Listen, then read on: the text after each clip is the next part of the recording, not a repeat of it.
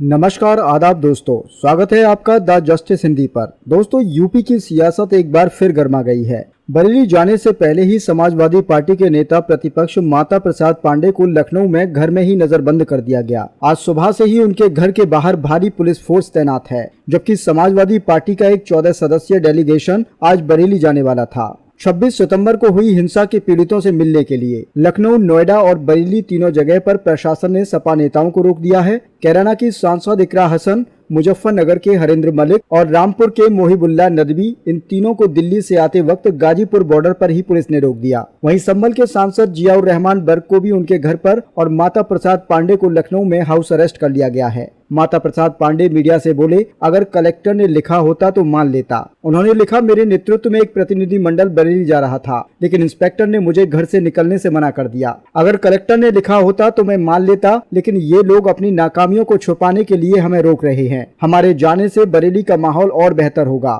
माता प्रसाद पांडे ने सख्त लहजे में कहा कि हमें ऐसे ट्रीट किया जा रहा है जैसे हम अपराधी हों। सरकार अपनी गलतियों को छुपाना चाहती है। हमें रोककर लोकतंत्र का गला घोंटा जा रहा है। आज नहीं तो कल हम बरेली जरूर जाएंगे। कैराना सांसद इकरा हसन ने तीखा बयान देते हुए कहा कि देश संविधान से चलता है, किसी सरकार की मर्जी से नहीं। हमें बिना वजह रोका गया है। सपा डेलीगेशन को बरेली जाने से रोकना लोकतंत्र की हत्या है। सत्ता के नशे में चूर सरकार विपक्ष की आवाज दबाने की कोशिश कर रही है। सरकार के 14 सदस्यीय प्रतिनिधि मंडल में कई बड़े नाम शामिल थे। माता प्रसाद पांडे, हरेंद्र मलिक, इकरा हसन, जियाउर रहमान बर्क, मोहिबुल्लाह नदवी, नीरज मौर्य, पूर्व सांसद प्रवीण सिंह एरन, वीरपाल सिंह यादव, जिला अध्यक्ष शिवचरण कश्यप, महानगर अध्यक्ष शमीम सुल्तानी, विधायक शहजील अंसारी, पूर्व मंत्री भगवत शरण गंगवार और शुभलेश यादव। मगर इन सभी को रोक दिया गया है या हाउस अरेस्ट किया गया है। सपा के प्रदेश अध्यक्ष श्यामलाल पाल ने पत्र जारी कर कहा कि 26 सितंबर को जुमे की नमाज के बाद मुस्लिम समाज के लोग शांतिपूर्ण ढंग से डीएम को ज्ञापन देने जा रहे थे,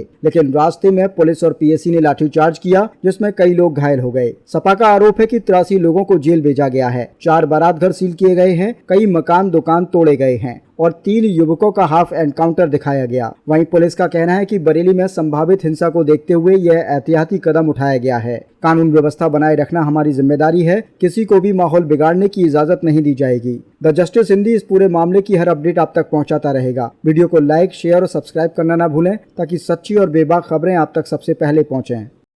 रास्ते पुलिस ने आपके घर को घेर लिया। रजा साहब के साथ देखिए, जो उनको 10 में से 7 मुकदमों में उनको किया गया है।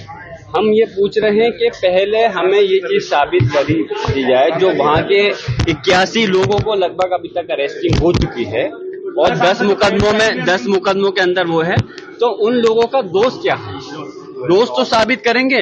अब जब तक न्यायपालिका में जहाँ जाया जाएगा तब तक बहुत लंबा समय हो जाएगा।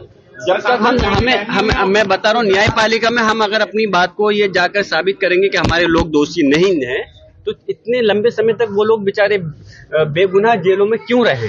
अगर पुलिस प्रशासन के पास ये सबूत है कि उन लोगों ने कोई कानून तोड़ा है, तो उसका सबूत क्यों नहीं देते वो मीडिया के सामने, आपके सामने। क्या मैं आपसे ही लोगों से एक सवाल करना चाहता हूँ, क्या बरेली के लोगों की अभी तक कोई ऐसी तस्वीर जो पुलिस प्रशासन ने आरोप लगाया है आप लोगों के सामने आई है कि वो गोली चलाते हुए या पत्थर चलाते हुए या पुलिस के हथियार छीनते हुए नजर आ रहे हो?